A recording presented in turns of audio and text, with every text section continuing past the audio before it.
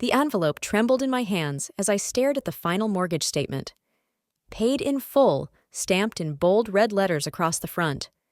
$237,000. Every penny of my savings, my future, my dreams, gone. But I'd done it.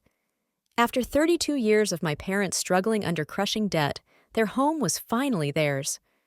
I remember Dad's face when I was 8, sitting at the kitchen table with Mom, bills spread everywhere, his hands shaking as he calculated how many more decades they'd be paying. "We'll never be free, Linda," he'd told her. My mother had cried silently, shoulders slumped in defeat. That night, I'd made a promise to myself. Someday, I would free them. It took 24 years of saving. Every birthday check, every overtime shift at the hospital, every promotion I earned as a nurse practitioner, all of it went into my freedom fund. I lived in a tiny apartment with peeling wallpaper and a bathroom sink that never stopped dripping. I drove the same used Toyota I'd bought in college. I declined vacations with friends, turned down dates that might lead to expensive relationships. Everything I had went toward that single goal. When I pulled into my parents' driveway that afternoon, I couldn't stop smiling. My hands were sweating as I rang the doorbell, the envelope clutched to my chest. Mom answered, her eyes widening at the sight of me standing there unannounced. "Eliza? What are you doing here?" she asked, glancing over her shoulder. I could hear my father's voice from inside, impatient. "I have something for you and Dad," I said, my voice catching. This was the moment I'd waited for my entire adult life. Dad appeared behind her, his expression immediately suspicious. "What is it now, Eliza? We were about to leave for golf with the Hendersons." I extended the envelope toward them, hands still trembling. "Open it," I whispered.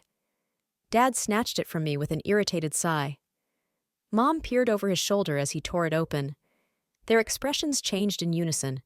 Confusion, disbelief, then something I couldn't quite read. "What is this?" Dad's voice was hard, not joyful as I'd imagined. "What have you done?" "I paid off your mortgage," I said, the words tumbling out. "All of it. You're free." The silence that followed wasn't the overwhelmed gratitude I'd expected. Mom's hand went to her throat. Dad's face darkened to a dangerous red. "You had no right," he finally hissed. "No right at all." "You think we can't handle our own finances?" Dad's voice rose as he waved the mortgage statement in my face. "You think we need our daughter to swoop in and save us? Do you have any idea what you've done?" I stood frozen on their doorstep, the fantasy I'd nurtured for decades crumbling around me. I thought you'd be happy. You always said the mortgage was like a chain around your necks." "That was private, between your mother and me." He turned to Mom, who was staring at the ground. "Linda, did you tell her to do this?" Mom shook her head quickly, refusing to meet my eyes. That small betrayal stung worse than Dad's anger. The country club membership, the new car, the cruises. "Where do you think that money comes from?" Dad continued, his voice dropping to a dangerous whisper. "The equity line, Eliza. The one on this house. The one you just destroyed." The realization hit me like a physical blow. They'd been borrowing against the house for years, funding a lifestyle they couldn't afford. The freedom I thought I was giving them was actually cutting off their credit line. "I didn't know," I whispered, tears finally spilling over. "I was trying to help. All those years, watching you struggle. You don't know anything about our lives." Mom finally spoke, her voice brittle. "We were fine until you interfered." "But the monthly transfers I've been sending..." Dad cut me off. "A daughter should support her parents. That's what family does." The entitlement in his voice made me flinch. I'd been sending them $500 every month since my first nursing job, thinking it was helping with necessities. Now I wondered where that money had really gone. "You need to fix this," Dad said, shoving the envelope back at me. "Get the bank to undo it." "I can't," I replied, my voice small. "The money's gone. It's done." What happened next still plays in my nightmares. Dad grabbed my arm, pulled me inside, and slammed the door. "Then you're no daughter of mine," he hissed. "Pack whatever you left in your old room and get out, tonight." The familiar voice in my head whispered, "Just endure. Just survive." It was the mantra that had gotten me through childhood, through every sacrifice. But as I climbed the stairs to my old bedroom, clutching the handrail with white knuckles, a new thought surfaced. The roots of sorrow bear the seeds of strength. I packed what little remained in my childhood room, a few books, an old photo album, the small wooden box my grandmother had given me, into a single duffel bag. The sounds of my parents arguing drifted up from below. Mom's voice pleading, "Frank, maybe we shouldn't," followed by my father's sharp interruption. I'd heard that dynamic my entire life, always yielding, always accommodating their needs above my own. The wooden box felt heavy in my hands. Inside was a dried flower pressed between glass, a forget-me-not my grandmother had given me the day before she died. "The roots of sorrow bear the seeds of strength," she told me, her voice papery and thin. "Remember that when life seems unbearable." I'd never fully understood what she meant until now. That night, I checked into a budget motel with peeling wallpaper that reminded me of my apartment. The irony wasn't lost on me.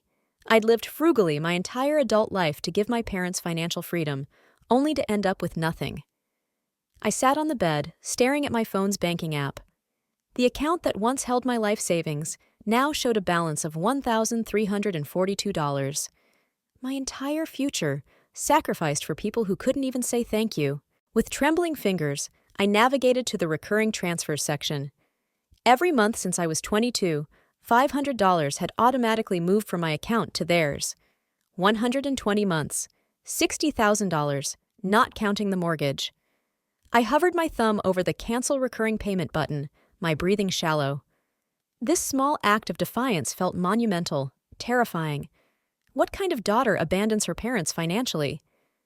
"The kind whose parents abandon her first," I whispered to the empty room and pressed delete. That night, I barely slept. By morning, I had 3 voice messages from my mother, each progressively more tearful, but none containing an apology. I couldn't bring myself to listen to them fully. Instead, I called Angela, my supervisor at the hospital. "I need extra shifts," I said without preamble when she answered. "As many as you can give me." "Eliza, are you okay? You sound—" "I'm fine," I interrupted, surprising myself with the firmness in my voice. "I just need to rebuild my savings. I can work nights, weekends, holidays, whatever you have." 2 weeks later, I had moved into a slightly nicer apartment, picked up double shifts at the hospital, and started a side job conducting health assessments for an insurance company. I worked 16-hour days, falling into bed exhausted each night. But this time, every dollar I earned was for me. The recurring transfers to my parents remained canceled. The calls from my mother eventually stopped. The roots of my sorrow were indeed bearing something new. Not just strength, but independence. Then, exactly 38 days after I walked out of my parents' house, my phone lit up with my father's name.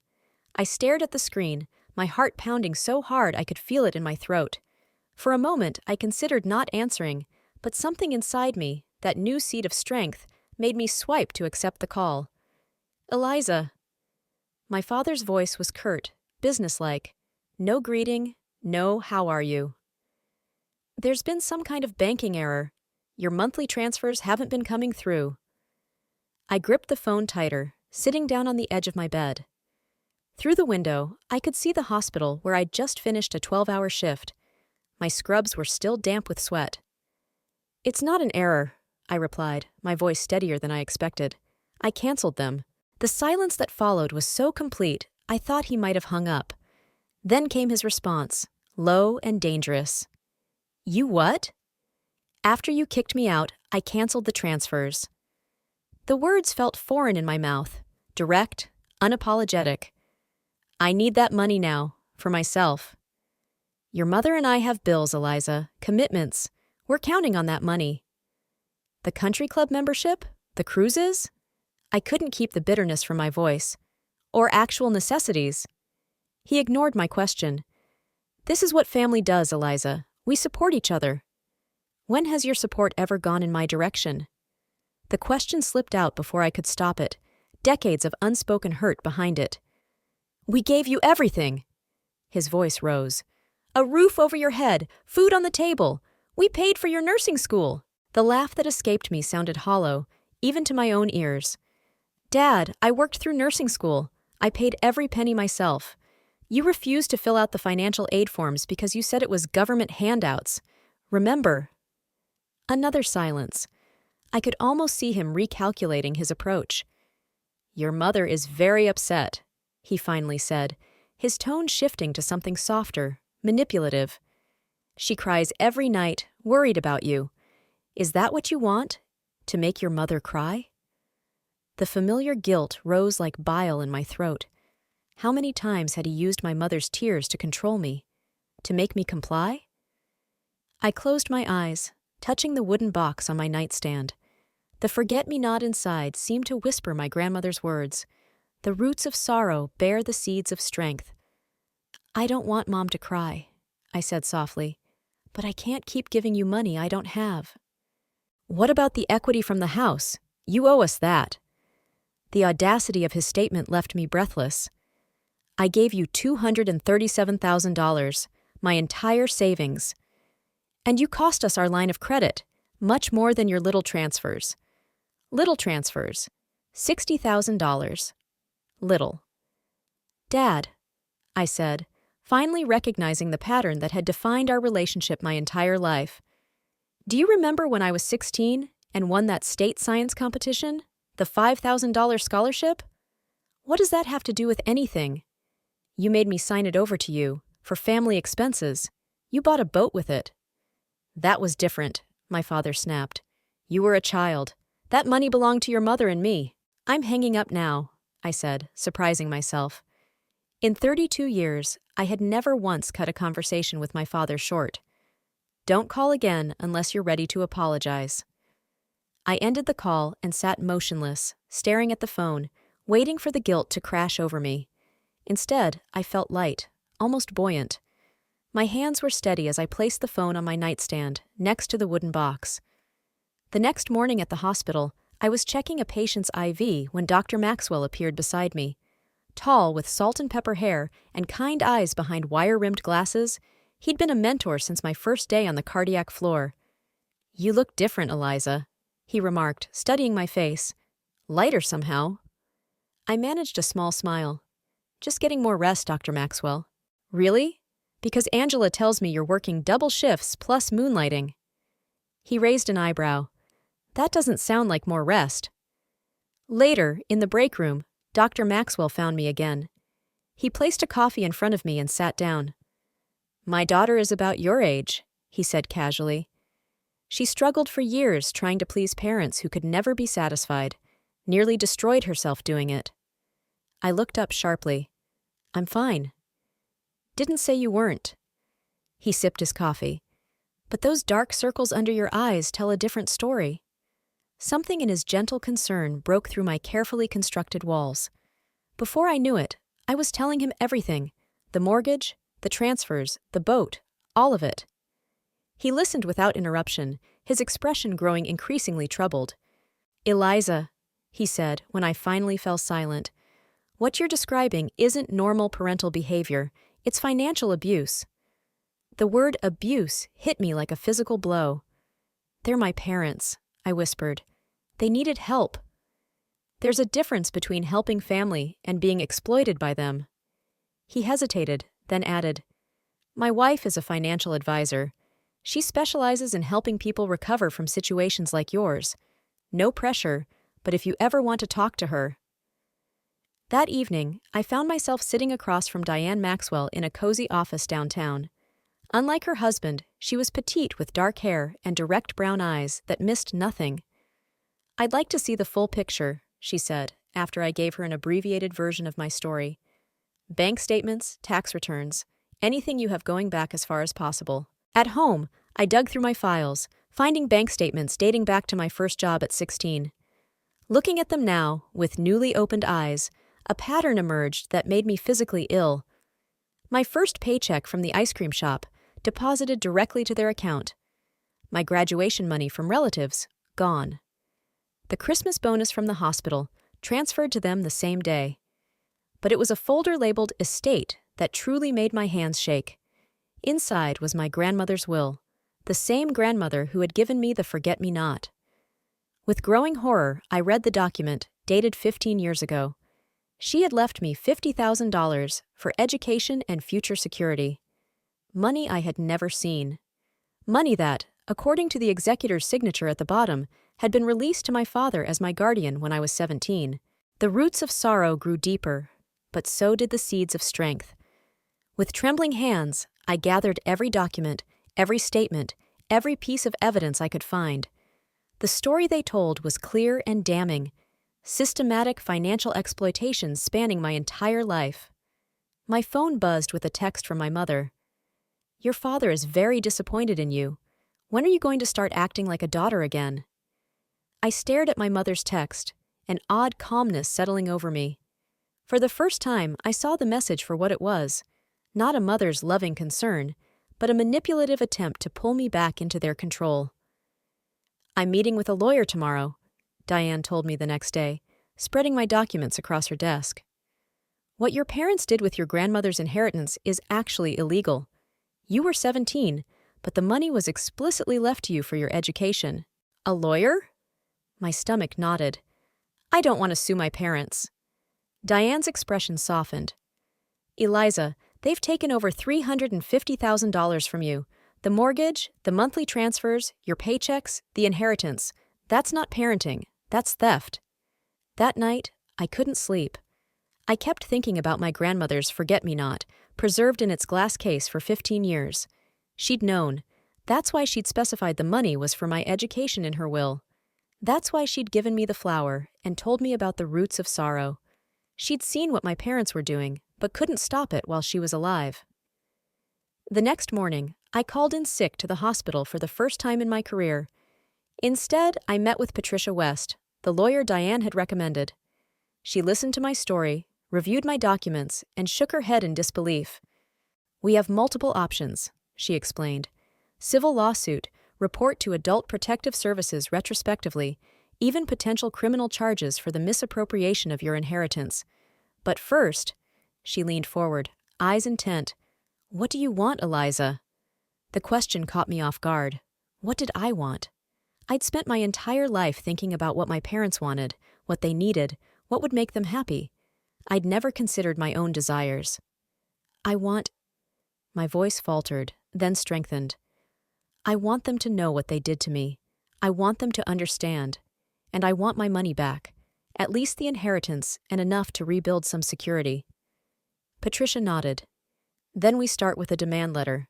We lay out the facts, the documentation, and the legal consequences they're facing if they don't make restitution." Over the next week, Patricia and I constructed the demand letter. Page after page of meticulously documented financial theft, with bank statements, copies of checks, and legal citations attached. Looking at it laid out so clearly made me physically ill, the systematic way they had stripped me of every dollar I'd ever earned. "You don't have to do this alone," Dr. Maxwell told me during our lunch break. "Diane and I will be there for you, whatever happens." His kindness nearly broke me. I'd spent so long believing I had to carry everything myself. The weight of someone else's concern felt almost unbearable.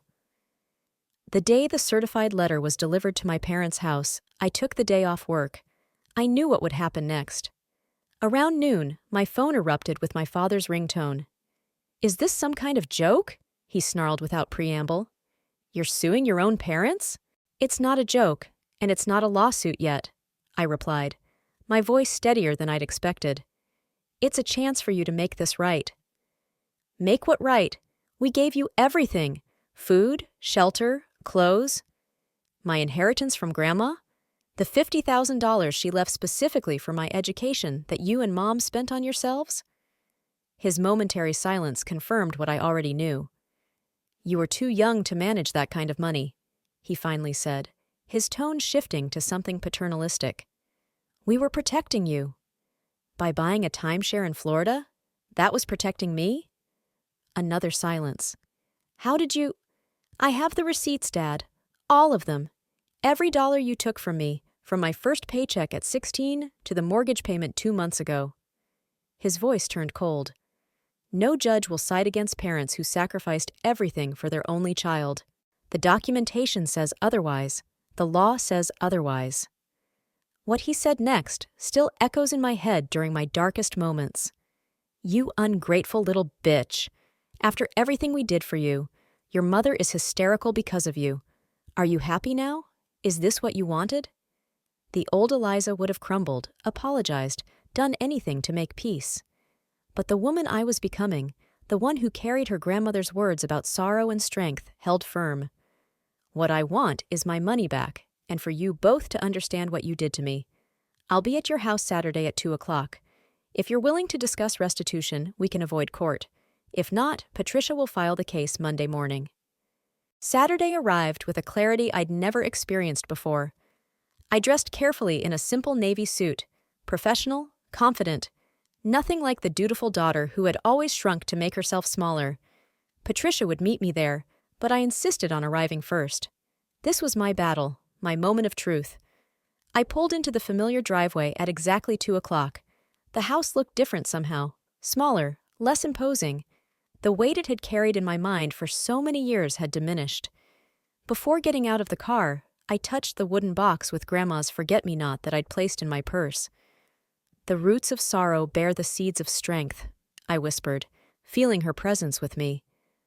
My father opened the door before I could knock.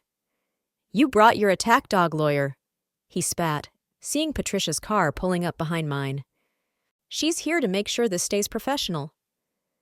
I stepped past him into the house, not waiting to be invited. My mother sat in the living room, eyes red and swollen. She looked small, diminished somehow. When she saw me, her face crumpled. How could you do this to us, Eliza? After everything? That's what we're here to discuss, I said, surprised by the steadiness in my voice. Everything. Patricia arrived, briefcase in hand. We sat across from my parents, the coffee table between us like a demilitarized zone. She placed a folder on the table. This contains a settlement agreement, she explained calmly. It addresses the misappropriated inheritance, documented regular transfers, and the mortgage payment, minus reasonable living expenses during Eliza's minority. The total comes to $157,000. My father's face reddened. We don't have that kind of money. You know we don't, Eliza. The equity line is gone because of you. Actually, Patricia interjected, opening another folder. Our financial investigation shows several accounts we believe contain funds sufficient for restitution. She slid a paper across to them, a printout of a bank statement I'd never seen before. An account in both their names with a balance of $226,000. The color drained from my father's face. My mother's hand flew to her mouth. That's our retirement, she whispered. That's my inheritance, my mortgage payment, and my monthly transfers. I corrected her, a strange calm settling over me. Money you took while I lived in an apartment with peeling wallpaper and worked double shifts until I could barely stand. We're your parents! My father slammed his hand on the table. We deserve that money! You owe us for raising you! The statement hung in the air, naked and ugly in its entitlement, and suddenly I understood everything with perfect clarity. You never saw me as your daughter, I said softly. You saw me as an investment, a resource to exploit. My mother's face changed at my words, shame flickering briefly before hardening again. We didn't have a choice, she whispered, staring at my graduation photo. We were drowning in debt when I got pregnant. My parents offered to help, but only if we started a family. They wanted grandchildren. The truth hit me like a physical blow. So I was just a financial transaction? Don't be dramatic, my father snapped. Every parent expects children to help them eventually. I placed Grandma's wooden box on the table, revealing the forget-me-not. Grandma knew, didn't she? She saw what you were doing. My mother's eyes welled up. Mother always thought we were too transactional with you. Sign the agreement, I said firmly, or we go to court Monday. After an hour of negotiations, they signed, not from remorse, but fear of exposure and legal consequences. Patricia would oversee the transfer of my $157,000 within 30 days. As I stood to leave, my mother caught my arm. Will we ever see you again? I truly looked at her perhaps for the first time, seeing the insecurity and desperate need to control behind her manipulation. That depends on whether you ever truly see me as a person, not a resource. Walking out, I felt lighter than ever before. The roots of sorrow had indeed borne seeds of strength. I thought of those who had helped me, Dr. Maxwell, Diane, Patricia, people who had given without taking. Driving away, I realized my grandmother's words held another meaning. From deep pain comes not just personal strength, but the power to help others. I knew exactly what I would do with my reclaimed money and newfound freedom. 3 years later, I stand at the podium, surveying the room filled with people gathered for the annual fundraiser of New Roots Foundation. The Forget-Me-Not logo glows softly on the screen behind me, the flower that started it all, now helping others find their strength. Financial abuse doesn't just drain bank accounts, I tell the audience. It steals dignity, independence, and self-worth. 3 years ago, I was working double shifts as a nurse, living in an apartment with peeling wallpaper, while every dollar I earned went to parents who saw me as nothing more than a resource. The settlement money became my seed funding. With Diane Maxwell's guidance, I invested wisely and started small. A weekly support group at the hospital where I still work part-time. We provide legal advice, financial counseling, and most importantly, a community where survivors know they aren't alone. Dr. Maxwell sits in the front row, beaming with pride. Beside him is Marco, the foundation's accountant who became my husband last spring. He understands my journey in ways few others could. He escaped his own financially abusive relationship years before we met. My phone buzzes in my pocket. A text from my mother. Our relationship exists now in careful, measured doses. Monthly coffee meetings in public places, no money ever exchanged, strict boundaries maintained. My father still refuses contact. The healing isn't perfect or complete, but it's real and it's mine. I glance down at my notes, but instead find myself looking at my hands. Steady, strong, no longer trembling.